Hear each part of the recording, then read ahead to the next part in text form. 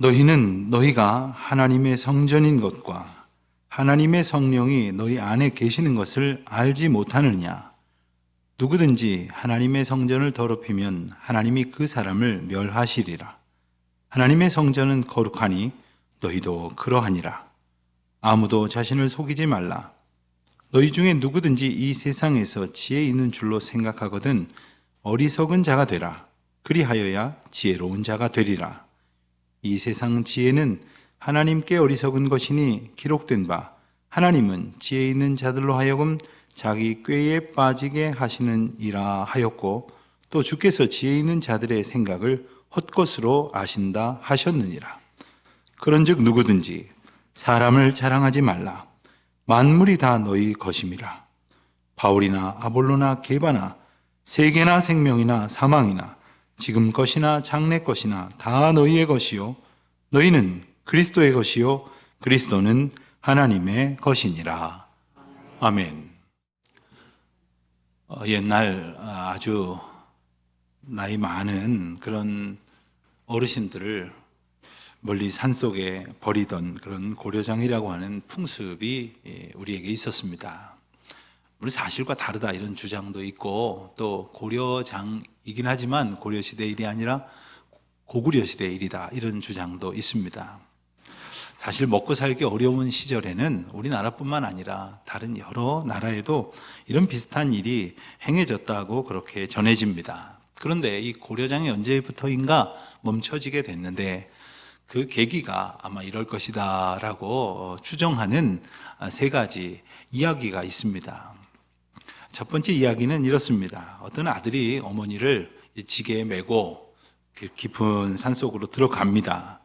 그런데 어머니가 그 지게 위에서 손에 닿는 나무의 가지를 꺾어서 이제 지게 밑에다가 그 길을 따라서 이렇게 떨어뜨렸습니다. 아들이 묻습니다. 어머니 왜 자꾸 가지를 꺾으세요?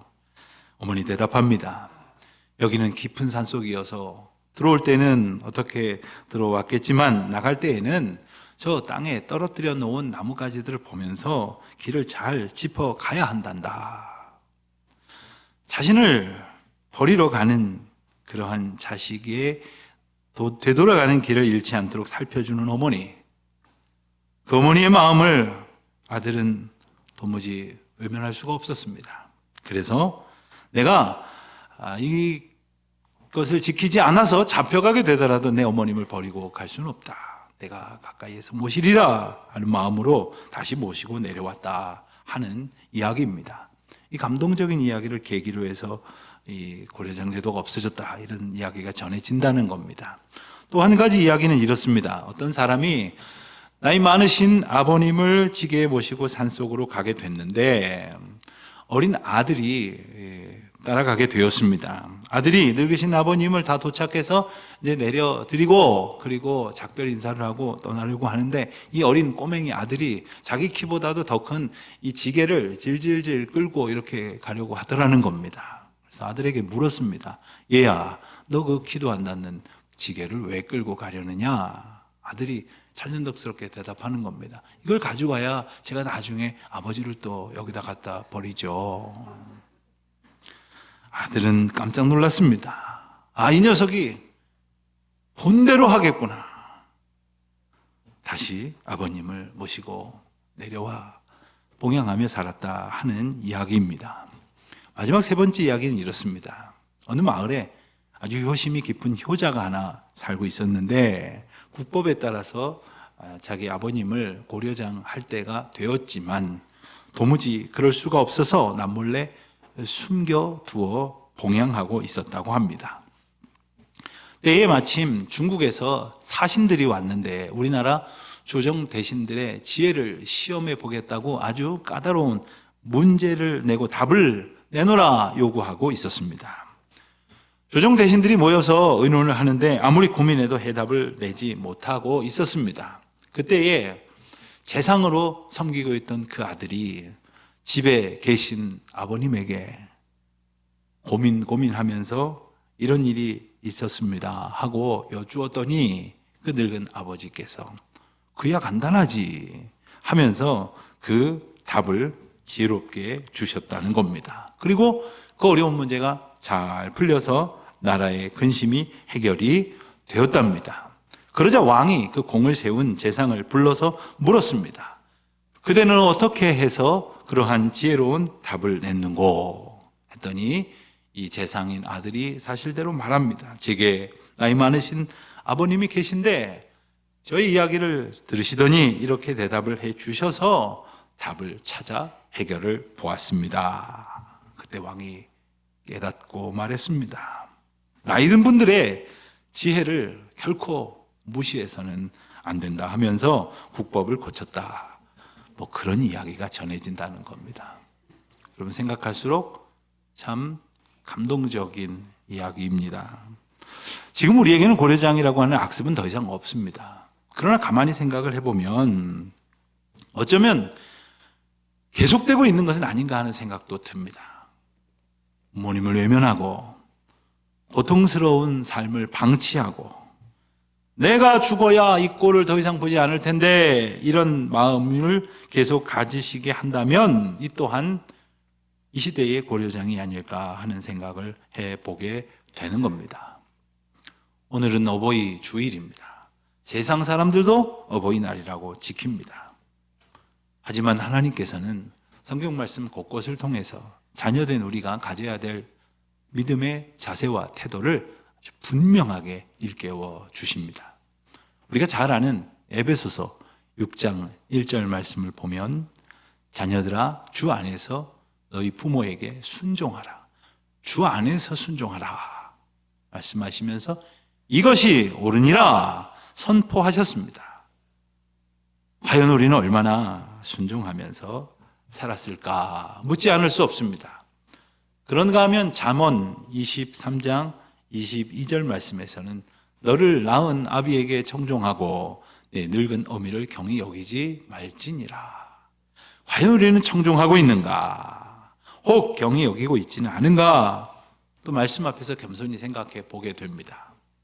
뿐만 아니라 우리가 너무나도 잘 아는 십계명 말씀 가운데에 주님은 출애굽기 20장 12절 말씀을 통해서 우리에게 분명히 그 계명을 일러주시죠. 내 부모를 공경하라. 그리하면 내 하나님 여호와가 내게 준 땅에서 내 생명이 길리라. 여러분 자녀된 도리로 효도를 행하는 것은 우리 기독교만의 교훈은 아닙니다.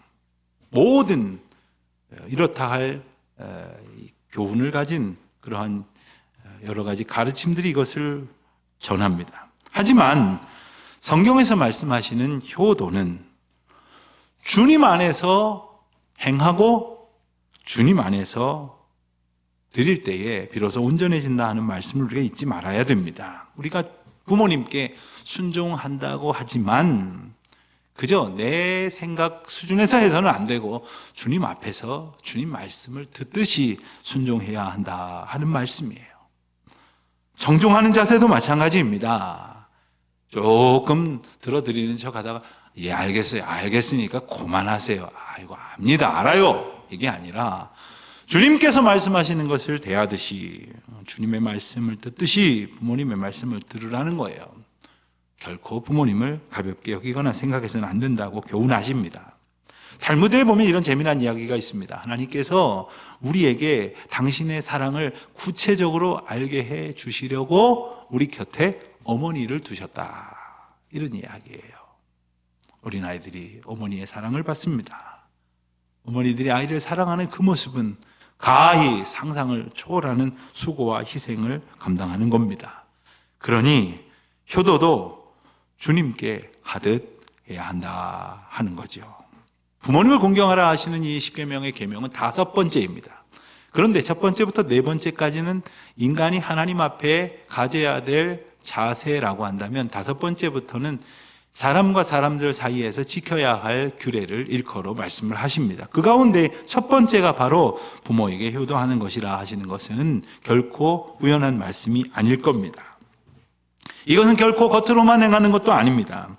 부모가 자식을 돌보듯이 하나님이 그 백성들을 돌보신다 하는 거죠. 즉 부모님은 하나님의 사랑을 우리에게 전달하시는 통로가 되신다는 거예요.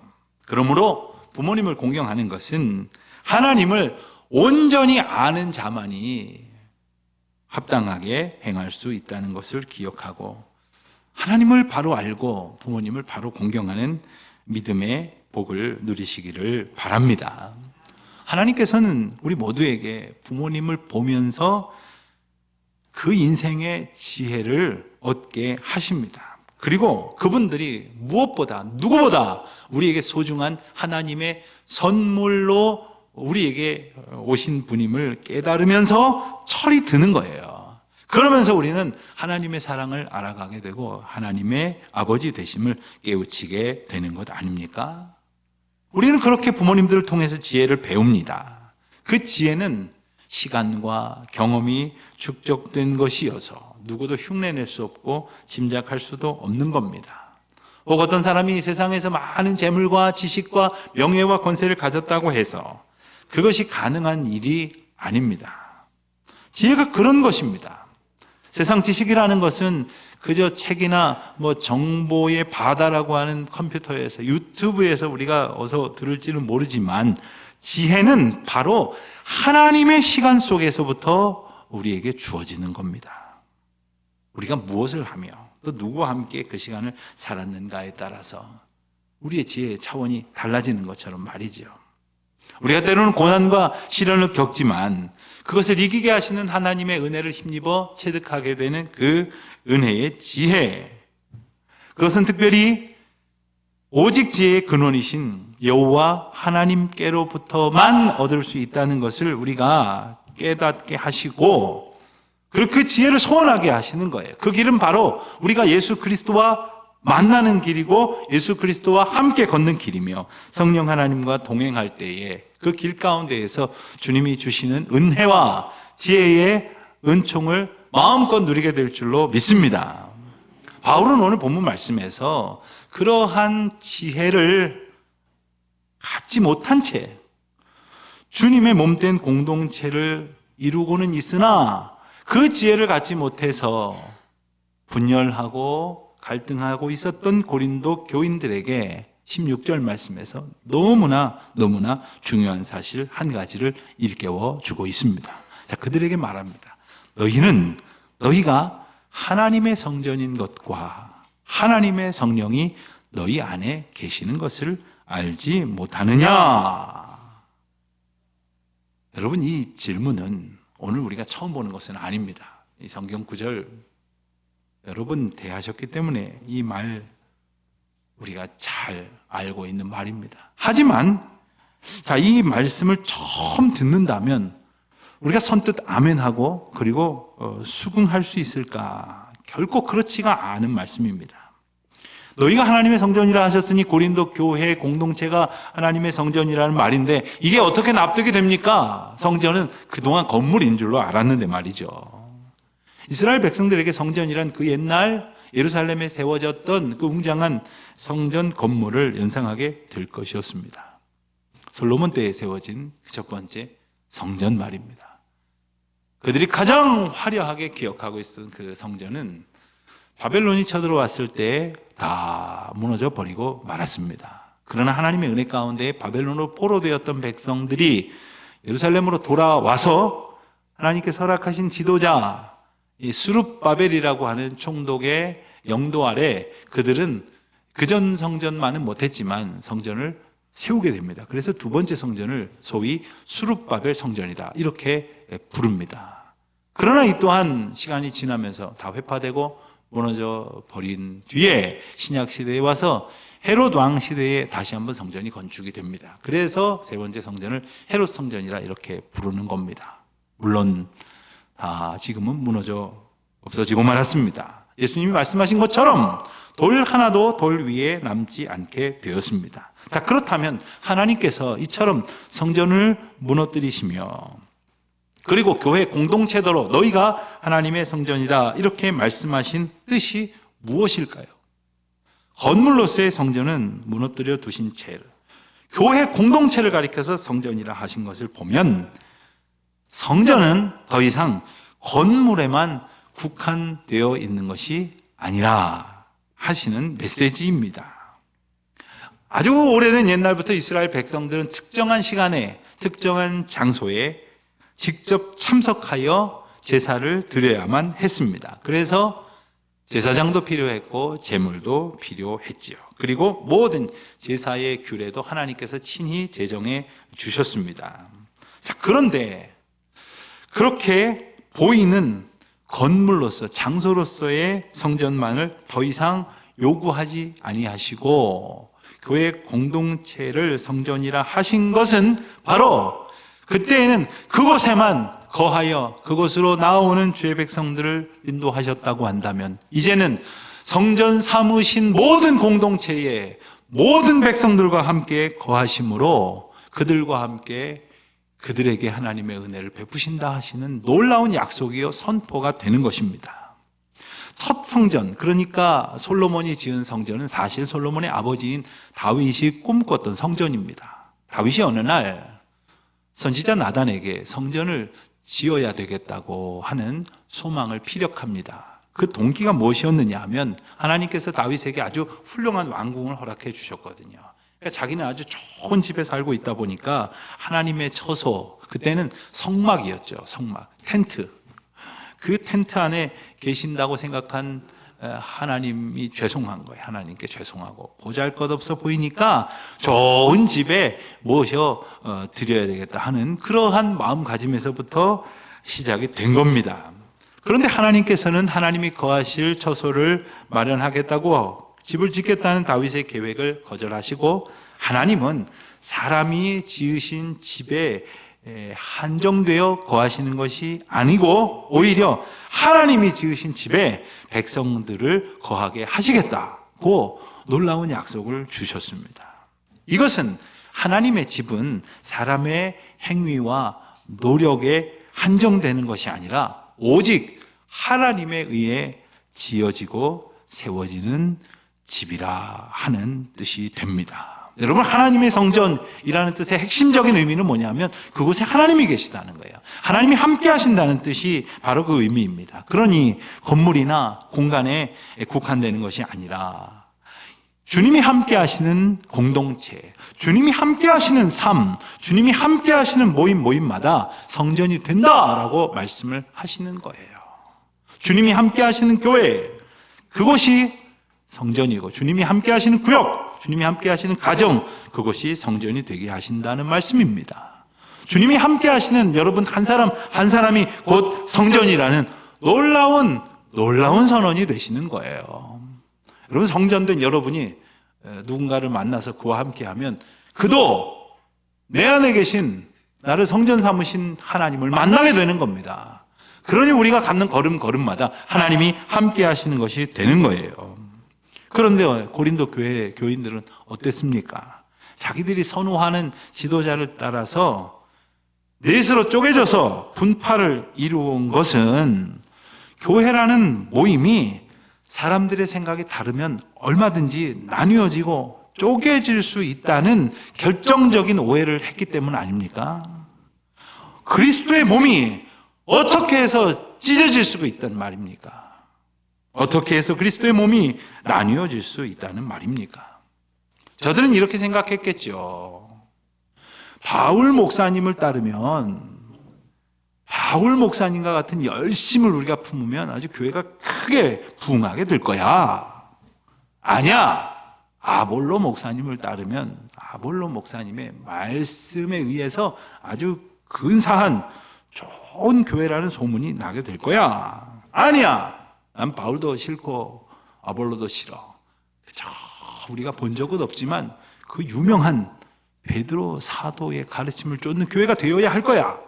그리고는 다 싫다고, 예수님만 좋다고 그런 사람들까지 있었지 않습니까? 여러분, 교회가 하나님이 함께 하시고 하나님이 일하시고 또 하나님이 이끄신다는 사실을 새카맣게 잊어버렸기 때문에 그러한 주장들을 했던 것입니다. 여러분, 우리가 기도할 때도 마찬가지예요. 기도하기 전에는 혹 그럴 수 있을지 모르지만 하나님 앞에 기도하고 하나님 의지하고 하나님 앞에 모든 문제를 내려놓고도 사실 여전히 답답하고 암담하다면 괴롭다면, 고통스러운 외로움을 느낄 때가 있다면 사실 그때가 여전히 잘못된 때라고 하는 사실을 우리가 기억해야 합니다. 우리를 도우시고 우리를 붙드시고 우리와 함께 하시는 주님조차 어쩌면 밀쳐내고 내 스스로가 모든 것을 감당해야 하는 양 착각하고 있는 것입니다. 주님이 함께 하셔서 우리에게 성전이 되어 주셨다는 것은 그 모든 짐을 내가 지겠노라, 너는 내 안에서 자유하리라, 평안하리라 선포하시는 거예요. 가정마다, 교회마다, 우리 각 사람의 인생마다 하나님께서 함께 하셔서 내 짐을 내가 질 테니 너는 내 은혜 안에 거하라고 말씀하시는 거예요. 그 사랑 안에서 충만하라고 명령하시는 거죠. 오늘 말씀에서 바울은 두 가지 명령을 구체적으로 덧붙입니다. 18절 말씀을 보니까 아무도 자신을 속이지 말라, 이렇게 명령을 하십니다. 아무도 자신을 속이지 말라. 너희 속에 있는 누구든지 이 세상에서 지혜 있는 줄로 생각하거든 어리석은 자가 되라. 그리하여야 지혜로운 자가 되리라고 말씀을 하십니다.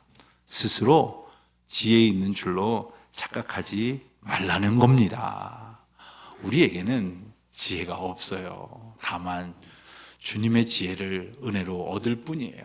주님과 함께 하실 때에 주님의 은혜로, 지혜로 충만케 될 줄로 믿습니다.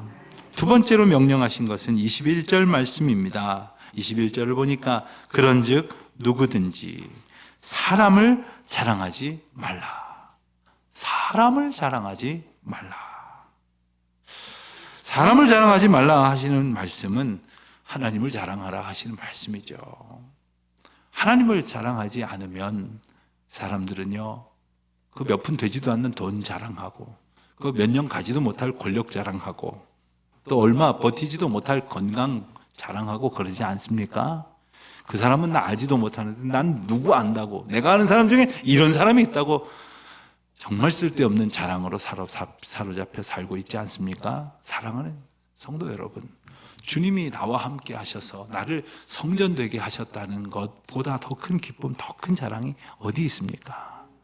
그러나 그 자랑을 하지도 못하고 그 은혜를 누리지도 못한 채 주님이 함께 하시는 그 충만한 은혜로부터 멀어져서 여전히 괴로움을 겪는 이들, 여전히 교만한 삶을 사는 이들의 길에서 떠나 오직 주님과 함께 하시는 그 기쁨을 선포하고 찬양하고 즐거워하는 그 은혜를 기뻐하며 기억하는 우리 모두의 삶이 되시기를 주님의 이름으로 축원드립니다.